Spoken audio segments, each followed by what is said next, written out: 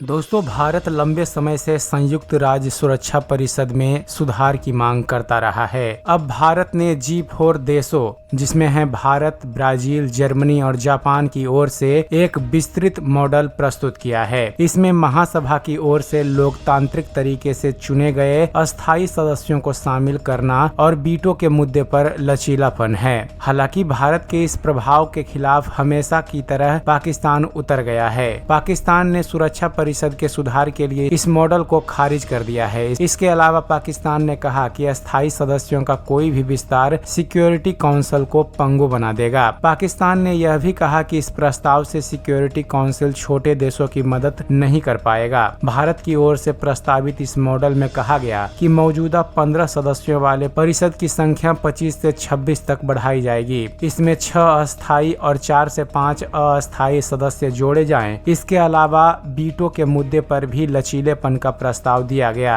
UN में पाकिस्तान के अस्थायी प्रतिनिधि राजदूत मुनीर अकरम ने कहा, यूनाइटिंग फॉर कंसेस अर्थात यूएफसी सदस्य के रूप में यह स्पष्ट है कि हमारी स्थिति ने लगातार नए सदस्यों को जोड़ने का विरोध किया है। लंबे समय से चल रही अंतर सरकारी वार्ता IGN का उद्देश्य सुरक्षा परिषद को सबसे प्रभावी, प्रतिनिधित्वपूर्ण और जवाबदेह बनाने के लिए इसका पुनर्गठन करना है। यूएफसी समूह ने सदस्यों की नॉट परमानेंट मेंबर्स नाम की नई श्रेणी प्रस्तावित की है। इसमें लंबी अवधि के लिए सदस्यों का चुनाव और एक बार फिर चुने जाने की संभावना जताई गई है। पाकिस्तानी राजदूत ने कहा कि G4 मॉडल विपरीत दिशा में प्रयासों को ले जाएगा, क्योंकि उसमें 5 नई गैर अस्थायी और 6 अस्थायी सदस्यों का विस्तार शामिल है। सुरक्षा परिषद सुधार पर अंतर सरकारी वार्ता फरवरी 2009 को शुरू हुई थी, जो अभी भी रुकी हुई है। लगभग सभी देशों का मत है कि UNSC का विस्तार होना चाहिए, लेकिन विस्तार की प्रक्रिया पर हमेशा मतभेद दिखाई देते हैं। सीटों की संख्या, नए सदस्यों के चयन का मानदंड, क्षेत्रीय प्रतिनिधित्व और सुरक्षा परिषद के अस्थायी और गैर अस्थायी सदस्यों के बीच ताकत के बंटवारे के मुद्दे हमेशा मतभेद पैदा करते हैं। UNSC में वर्तमान में 5 अस्थायी सदस्य ब्रिटेन, चीन, फ्रांस, रूस और अमेरिका है। 10 गैर अस्थायी सदस्य हैं जिनका कार्यकाल 2 वर्ष का होता है।